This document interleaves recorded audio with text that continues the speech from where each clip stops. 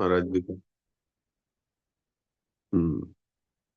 तो उसके बारे में वो कालूराम जी को मैं वो कोर्स बनाता हूँ, वो पढ़ेंगे, फिर उसके बारे में मैं बोलता हूँ। हाँ कालूराम जी, आपको मैंने माइक खोलने के लिए ऑप्शन दिया है, आप माइक खोल के बात कर सकते हैं। हाँ नारायण बोलिए। नारायण नारायण। नारायण जी। हाँ सत्संग ग्रुप में आपने जो डाला था ना, उसी को आपको पढ़ना है।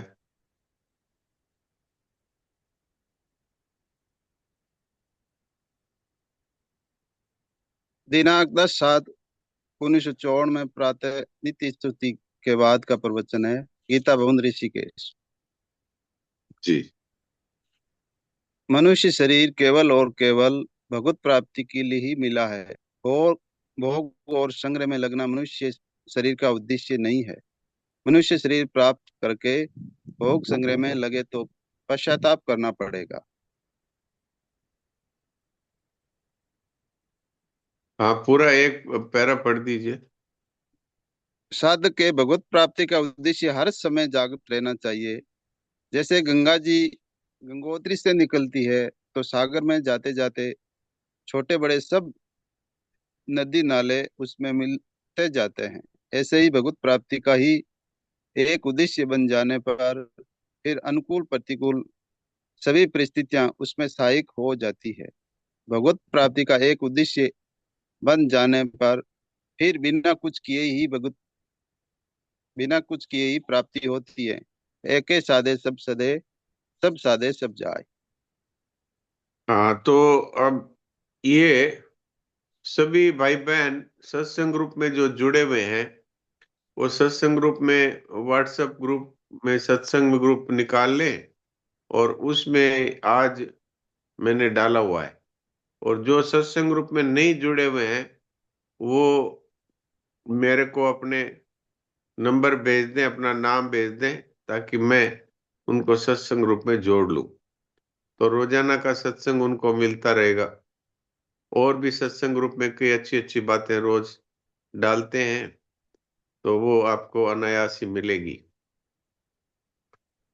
तो इसमें पहला पैरा पढ़ा है अभी कालूराम जी ने। कालूराम जी रोजाना डालते हैं ये सत्संग, लिखी हुई भी डालते हैं और महाराज जी की वाणी भी डालते हैं।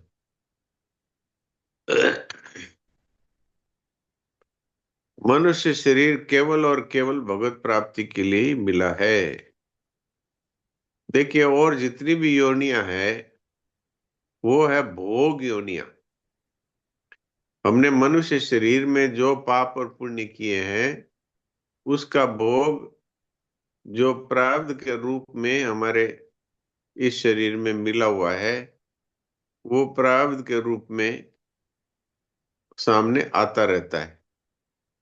लेकिन और योनियों में तो केवल प्रारब्ध के रूप में वो भोग ही सामने आते हैं। लेकिन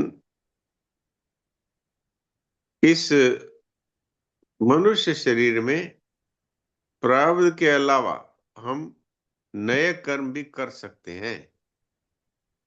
ये विशेषता है इसमें। जैसे कुत्ता है, गधा है, घोड़ा है, या मक्खी मच्छर है, चूहा कॉकरोच है, ये कोई नया कर्म नहीं कर सकते।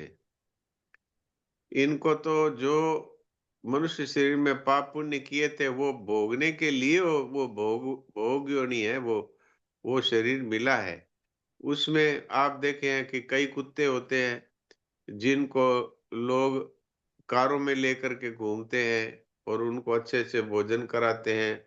उनको सोने के लिए सारी व्यवस्था है, भोजन के लिए व्यवस्था है।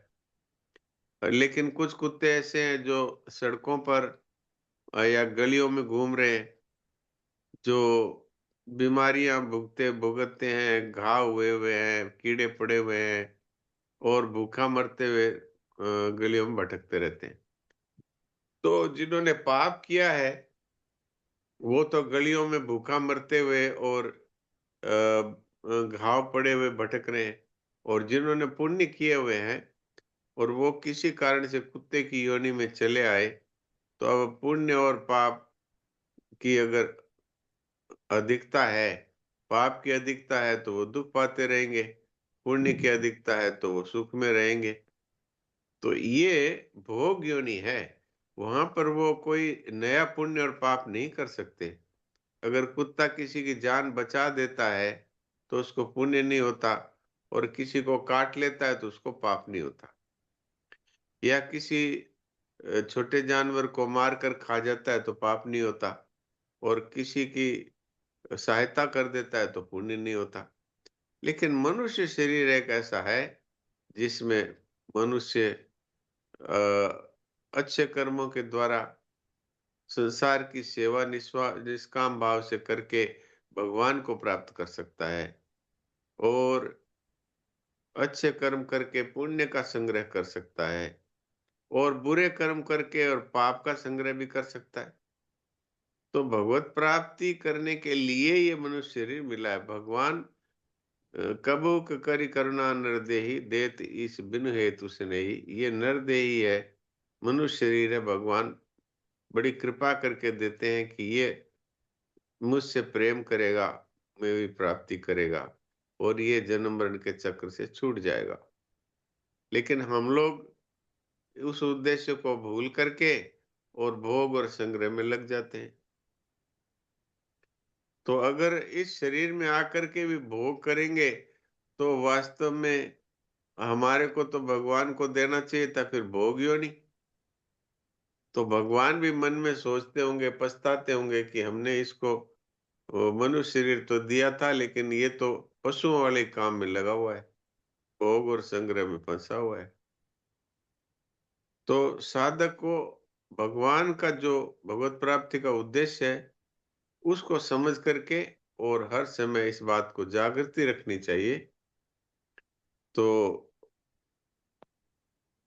फिर प्रारब्ध के अनुसार भले ही मन के विपरीत परिस्थिति आवे, कोई मर जाए, किसी का वियोग हो जाए, और चाहे अनुकूल परिस्थिति आए कि कोई मन को प्रसन्न करने वाली परिस्थिति आ जाए, तो सभी परिस्थितियों में भगवान का मंगल व विधान समझ करके और सबकी सेवा करें और भगवान को याद रखें। अगर हमारा एक भगवत प्राप्ति का उद्देश्य बन जाएगा तो फिर हम जो कुछ भी करेंगे वो सब का सब भगवान की प्राप्ति में सहायक हो जाएगा। तो एक है साधे सब सदे, सब साधे सब जाए। हमने एक ही उद्देश्य बना लिया कि भगवान की प्राप्ति करनी है, तो फिर हम जो कुछ भी करेंगे सब का सब भगवत प्राप्ति में सहायक हो जाएगा। एक उद्देश्य बनाने की आवश्यकता है। हाँ जी, आगे पढ़िए। मुझे भगवत प्राप्ति ही करना है से एक निश्चय होने में ही समय लग रहा है। एक निश्चय हो जाने पर फिर प्राप्ति में समय नहीं लगता है। भगवत प्राप्ति का एक निश्चय साधक के स्वयं के लिए भी सिद्धिदायक है और दूसरों के लिए भी उनकी परमार्थिक उन्नति में सहायक होता है। शांति, प्रसन्नता, आनंद जो भगवत प्राप्ति में है, उनकी प्राप्ति हो जाने पर त्रिलोकी में शांति, प्रसन्नता, आनंद का विस्तार होता है। त्रिलोकी को भीतर की शांति मिलती है। हाँ, देखिए भगवत प्राप्ति करने में मूल बात क्या बताई कि एक निश्चय, एक उद्देश्य। जब तक एक उद्देश्य या एक निश्चय नहीं होता कि मुझे तो भगवान की भक्ति करनी है, भगवान का प्रेम प्राप्त करना है, मुझे तो भगवान के दर्शन करने हैं, तो ऐसा भगवत प्राप्ति का एक उद्देश्य अगर नहीं होता है तो समय लगता है। अगर एक निश्चय हो जाए तो फिर भगवत प्राप्ति में समय नहीं लगता, और तत्काल भगवत प्राप्ति हो सकती है। एक निश्चय साधक के लिए तो अच्छा है ही, दूसरों के लिए भी उनकी पारमार्थिक उन्नति में सहायक होता है, क्योंकि जो भगवान की प्राप्ति का निश्चय कर लेता है वो उच्च कोटि का साधक अथवा भगवत प्राप्ति किया हुआ जीवन मुक्त महापुरुष है। वो दूसरे लोगों को भी परमात्मा की प्राप्ति में लगाते हैं। अब जैसे श्रद्धेय सेठ जी है, श्रद्धेय स्वामी जी महाराज है, इन्होंने भगवान की प्राप्ति की तो दूसरों का, कितनों लोगों का उद्धार कर दिया। और आज भी उनकी पुस्तकें, उनकी वाणी सुन करके, पुस्तकें पढ़ करके, और गीता भवन इत्यादि जो सत्संग के स्थान है उनमें जाकर के लोग गंगा स्नान करते हैं, सत्संग करते हैं, तो कितने लोगों की पारमार्थिक उन्नति होती है, कितने लोगों को परमात्मा की तरफ चलने की प्रेरणा मिलती है।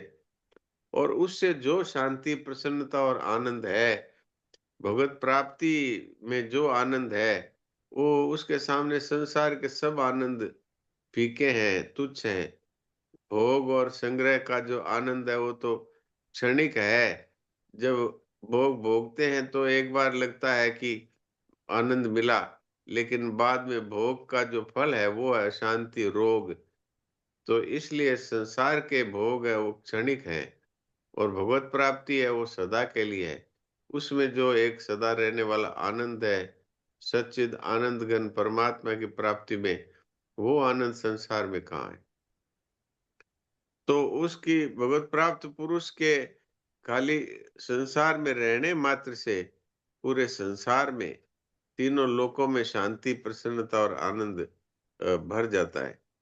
तो ये भगवत प्राप्ति की महिमा है। जी, आगे पढ़िए। भगवत प्राप्त महापुरुषों द्वारा फिर स्वभाव की दुनिया का हित होता है। उनके स्पर्श की हुई वायु से, उनके मनोराज्य से, उनके जीने मात्र से लोगों का हित होता है। उनकी वाणी, उद्देश्य, सिद्धांत से दुनिया का उद्धार होता है। ऐसा होते हुए भी उन महापुरुषों को ऐसा नहीं लगता है कि उनके द्वारा सबका हित हो रहा है।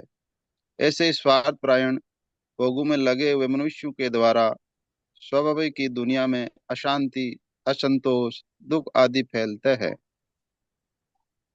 अब देखिए, भगवत प्राप्त महापुरुषों की महिमा बताई है कि जो भगवान को प्राप्त हो चुके ऐसे संत महात्मा, चाहे वो गृहस्थ में हो, चाहे वो साधु वेश में हो, ऐसे महापुरुषों द्वारा सारे संसार का हित होता है।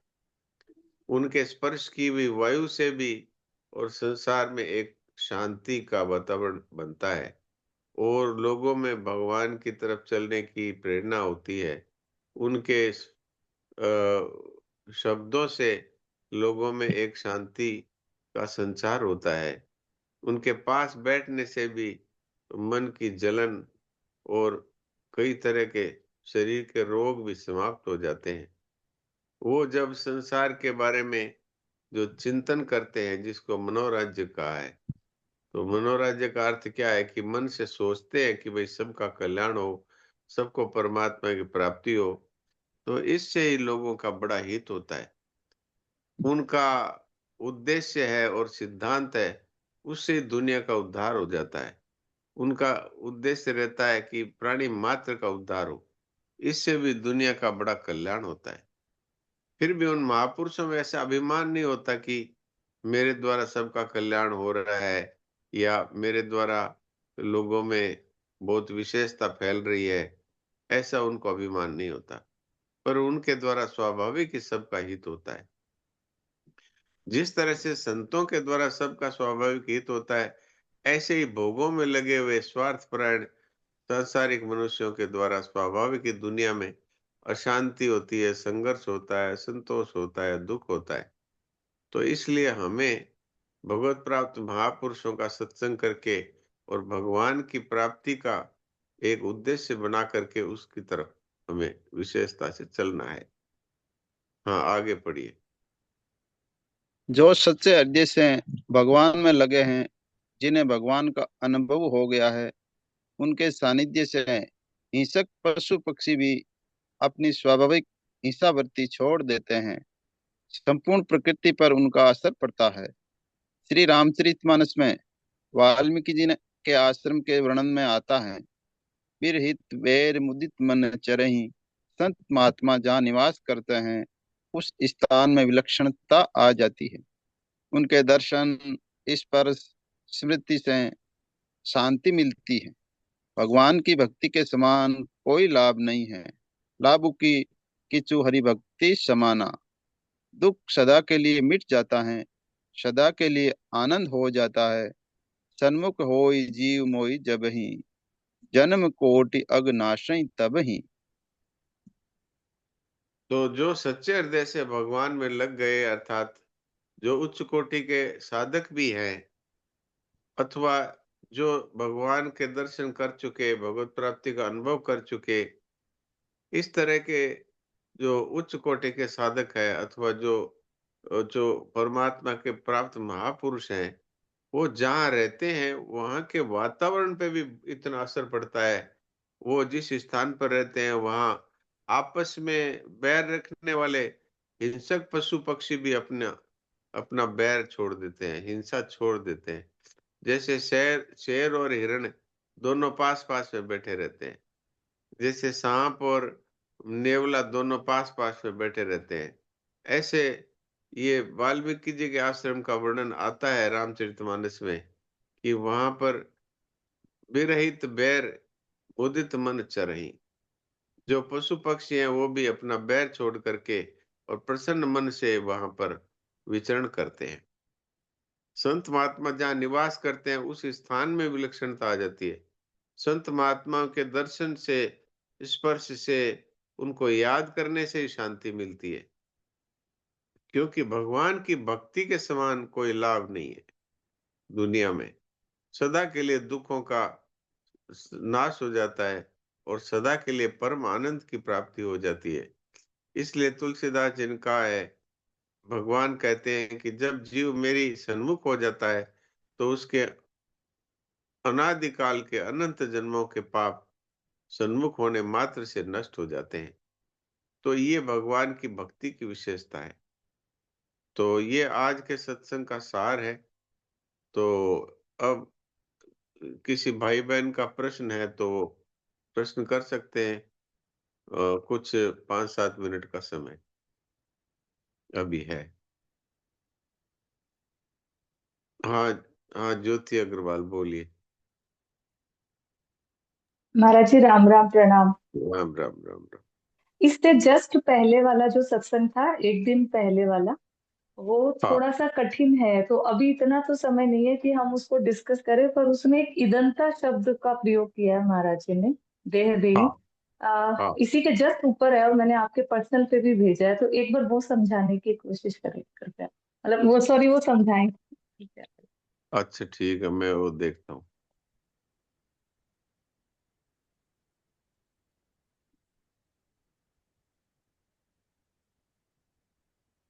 हाँ, तो वो शरीर और शरीरी के विषय में बात आई है, देह और देही का वर्णन आया है, तो उसमें ईदनता की बात है। हाँ, तो इदंता उसमें शब्द का मतलब क्या है? ईदनता का मतलब होता है, संस्कृत में कहते हैं ईदनता का मतलब यह करके जिसको हम कहते हैं। जैसे हम बोलते हैं ये मेज, ये कुर्सी, ये अच्छा। टेबल, तो इसको ईदनता अच्छा, कहते हैं। तो इशारे से जो ऐसे, करते हैं। हाँ, ऐसे हम अपने शरीर को भी, हमारा शरीर ऐसे कह करके बोलते हैं ये शरीर। तो ये जिसको कहते हैं वो मैं नहीं होता। अच्छा। अब हम अच्छा। क्या करते हैं, हमारी भूल क्या है, कि हम कहते हैं ये हाथ, ये पाँव, और ये आंखें, और ये पेट, सब कुछ ये कहते हैं, लेकिन फिर सारा मिला करके कह देते हैं यही मैं। तो ये तो ऐसी बात हो गई कि ये कुर्सी, ये टेबल, ये मकान, ये पंखा और ये बल्ब, और सब मिला दो तो मैं हो गया। हो जाता है क्या? नहीं। तो, तो तो इसमें फिर, जैसे एक लाइन ये लिखी है कि देह देही का वर्णन खुद पर लागू करने से अनुभव हो जाता है और इदंता से करने पर सीखना होता है। हाँ, ईदनता ईदनता से हम ये संसार को देखते हैं, लेकिन ये कह देते हैं कि ये हाथ है, पांव है, शरीर है, ये है, लेकिन फिर भी ईदनता से देख करके भी ये शरीर के लिए भी ऐसा कह देते हैं कि ये आत्मा है और ये शरीर है, ऐसे बोल देते हैं। तो ये सीखना तो हो गया कि भाई ये शरीर और आत्मा अलग अलग है, लेकिन जब हम बात करते हैं तब ये कह देते हैं यही मैं हूं। तब हम ये नहीं मानते कि ये शरीर है, ये तो सदा नष्ट होने वाला है, और आत्मा सदा रहने वाला है, इसलिए मैं तो आत्मा हूं, इसलिए सदा रहता हूं, और ये शरीर है, ये तो मर रहा है। ऐसा नहीं जानते। अर्थात हाँ, तो मतलब ये ईदनता सीखा से, हुआ ज्ञान हो गया। ये सीखा हुआ ज्ञान हो गया, इसलिए हम लोगों से कह देते हैं आत्मा अमर है, और शरीर है वो तो सदा ही मरता ही है, तो मर गया तो क्या हुआ। लेकिन जब हमारे ऊपर आती है मृत्यु की बात तो हम घबरा जाते हैं। इससे सिद्ध हुआ कि हमने पढ़ाई में तो ये सीख लिया, लेकिन अब हम इन दोनों को अलग-अलग ईदनता से नहीं देख पा रहे हैं कि ये शरीर अलग है और मैं अलग हूँ। ये बात है, हाँ ये यहाँ पर करना। बिल्कुल बढ़िया, हाँ बहुत अच्छे से समझ आ गया, धन्यवाद तो राम राम। ये बात है, तो ये कल वाला था, इसलिए मैंने अभी बोल दिया। ये हाँ ये तो जटिल था थोड़ा, ये पूरा ही जटिल है, आज वाला थोड़ा हाँ, इजी ये था। तो आप ये साधक संजीवनी में 13वें अध्याय का शुरुआत के 2 श्लोक पढ़ेंगे ना, उनकी व्याख्या, तो आपको ज्यादा अच्छी तरह समझ में आएगी। और यदि ठीक गीता है। प्रबोधिनी है तो गीता प्रबोधिनी में से भी इसकी व्याख्या पढ़ सकते हैं। ठीक है, राम राम, प्रणाम, नारायण धन्यवाद। नारायण। और किसी का कोई प्रश्न है तो बोलिए।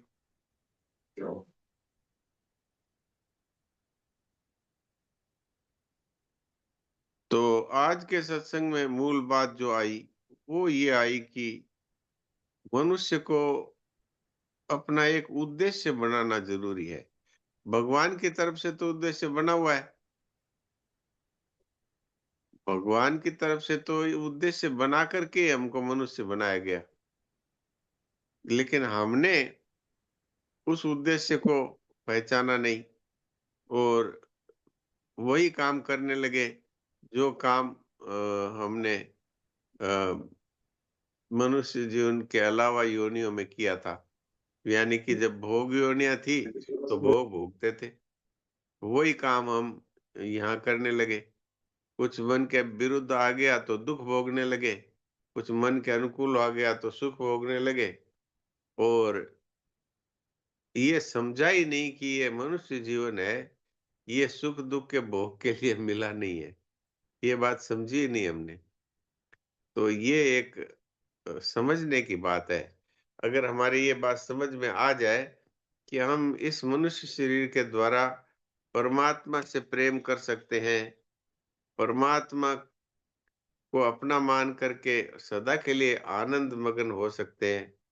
अगर ये बात हमारे समझ में आ जाए कि भगवान हमारे हैं, हम भगवान के हैं और ये संसार की जितनी भी वस्तुएं मिली है ये भगवान ने हमको दी है, जिसके द्वारा हम सारे संसार की सेवा कर सकें।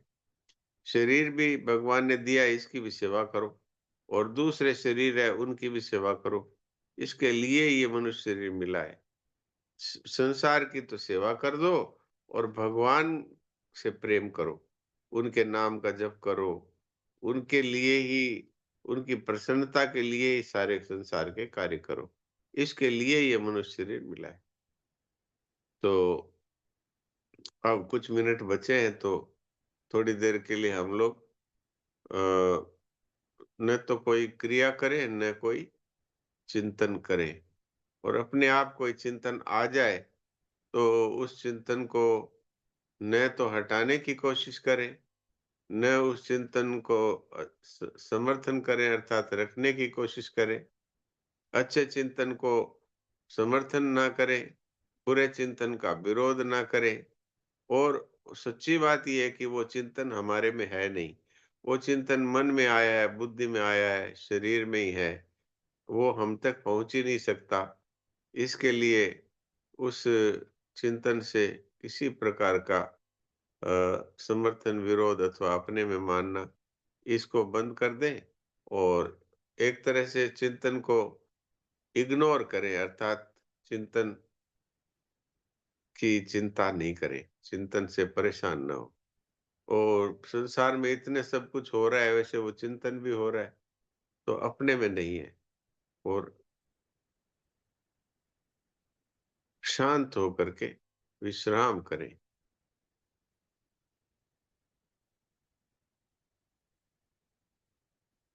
जब हम चिंतन से, क्रिया से रहित हो जाएंगे तो हमारी स्थिति स्वतः ही आत्मा में होगी अर्थात अपने स्वरूप में हमारी स्थिति होगी।